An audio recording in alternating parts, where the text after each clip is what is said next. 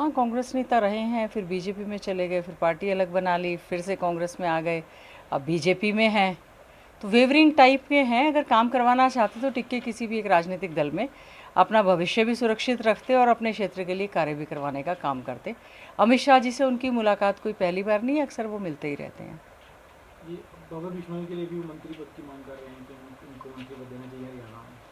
आदमपुर की जनता से जो बाई इलेक्शन हुआ था, उसमें जाकर बीजेपी की सरकार ने जो जो वायदे किए हैं, सबसे पहले तो उनको उन वायदों को पूरा करवाने का काम करना चाहिए था। जो भी मुख्यमंत्री जी ने, इनके मंत्रियों ने, या इनको लगता है कि घोषणाएं हुई हैं, जैसे जींद में इलेक्शन हुआ उसके बाद कोई उन्होंने वायदे पूरे नहीं किए, बड़ौदा में बाई इलेक्शन हुआ, चाहे कांग्रेस पार्टी जीत गई लेकिन मुख्यमंत्री जी ने वायदे तो वहाँ भी किए थे, वहाँ भी पूरे नहीं किए। सेम हालात आदमपुर के हैं। आदमपुर की जनता बहुत ज़्यादा दुखी है इस बात को लेकर। तो सबसे पहले तो उनको कार्य बेटे को मंत्री बनवाने की बजाय, वो विधायक तो बन ही गए हैं वहाँ से, उनको उन कार्यों को पूरा करवाने का पहले काम करना चाहिए और आवाज़ को अच्छे से उठाने का प्रयास करना चाहिए। आप कांग्रेस मैम लोकसभा के लिए क्या तैयारी कर रही है, लोकसभा चुनाव के लिए? हालांकि यहाँ बैठक हुई थी, बैठक में भी तमाम तरह की खबरें जो है बाहर आई कि आपसी फूट बाहर आई, शैलजा का बयान आया, मैडम किरण चौधरी का भी बयान आया हुड्डा साहब को लेकर। तो किस तरह से आप तैयारी कर रहे हैं? देखिए, लोकसभा के चुनाव बहुत ही अच्छे ढंग से कांग्रेस पार्टी चुनाव की तैयारियों में लगी हुई है। जहाँ पे हमारा राष्ट्रीय संगठन का गठन हो गया है, प्रदेश में भी संगठन के गठन को लेकर गंभीरता दिखाई जा रही है और उम्मीद करते हैं जल्दी से जल्दी ये बनना भी चाहिए। जहाँ तक प्रदेश प्रभारी जी ने यहाँ पर, दीपक बावरिया जी ने आकर जो मीटिंग ली, उसी में स्वाभाविक है सभी कांग्रेस पार्टी के नेताओं में, कार्यकर्ताओं में बहुत ज़्यादा उत्साह है, क्योंकि ये उत्साह हरियाणा की जनता में भी पूरी तरह से लेकर है। कोई गुटबाजी, कोई पार्टीबाजी नहीं है। हर एक व्यक्ति पार्टी की मजबूती के लिए ही कार्य करने में लगा हुआ है और मैं समझती हूँ आने वाले लोकसभा चुनाव में कांग्रेस पार्टी मजबूती के साथ 10 की 10 सीटों पे हम लोग लड़ेंगे और हम उम्मीद करते हैं जीतेंगे, क्योंकि बीजेपी के सांसद आज के समय में 10 के 10 बीजेपी के लोकसभा सांसद हैं, लेकिन वो तो खुद ही लोकसभा का चुनाव नहीं लड़ना चाहते।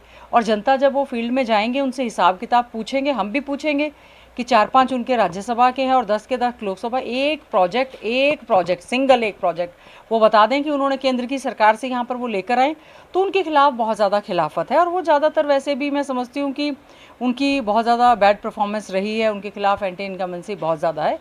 आज के समय में कांग्रेस को लोग गंभीरता से ले रहे हैं और कांग्रेस आदरणीय चौधरी भूपेंद्र सिंह हुड्डा जी के नेतृत्व में मैं समझती हूँ जिस प्रकार से सभी कार्यक्रम हमारे चल रहे हैं, आने वाले समय में कांग्रेस बहुत अच्छा करेगी। मैडम, किरण चौधरी की ओर से बयान आया था कि अब इलेक्शन है तो बैठ के लगातार चलेंगी पार्टी की, लेकिन उनका कहना है कि नेता प्रतिपक्ष कई विधायकों को बुलाते ही नहीं है, तो हम बैठक में कैसे आए? ऐसा कभी भी नहीं हो सकता, ऐसा कभी भी नहीं, ना हुआ ना हो सकता कि हमारे लीडर ऑफ अपोजिशन या हमारे जो सीएलपी लीडर है उनके ऑफिस से या उनकी तरफ से कोई मैसेज ना जाए।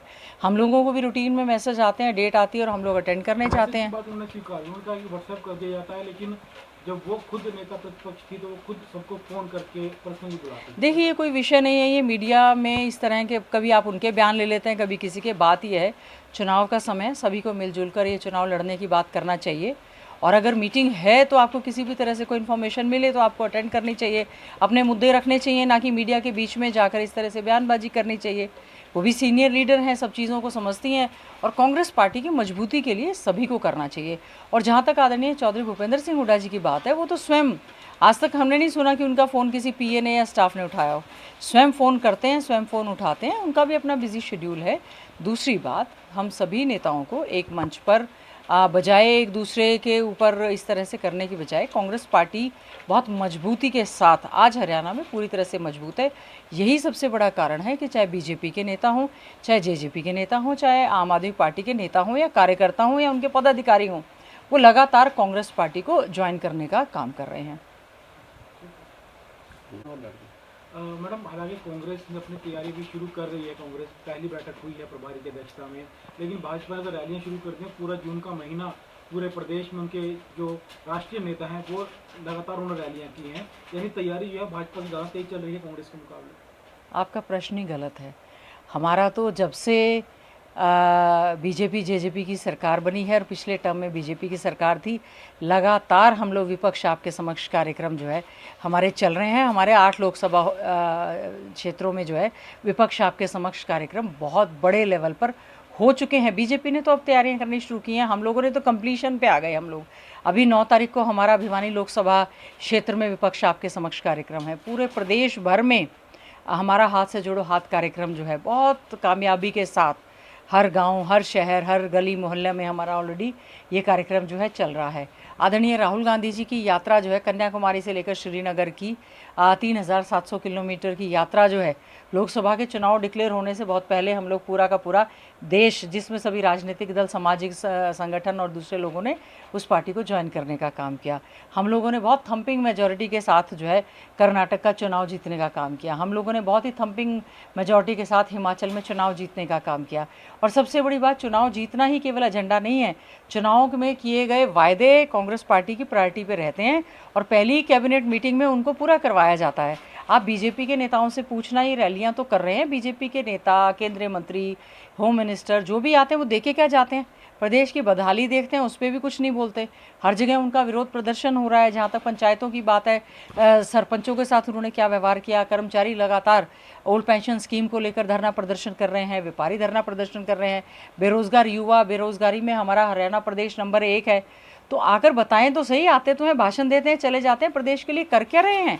हमसे जुड़े रहने के लिए हमारे YouTube चैनल को सब्सक्राइब करें और नई वीडियो की नोटिफिकेशन के लिए बेल आइकॉन को दबाएं।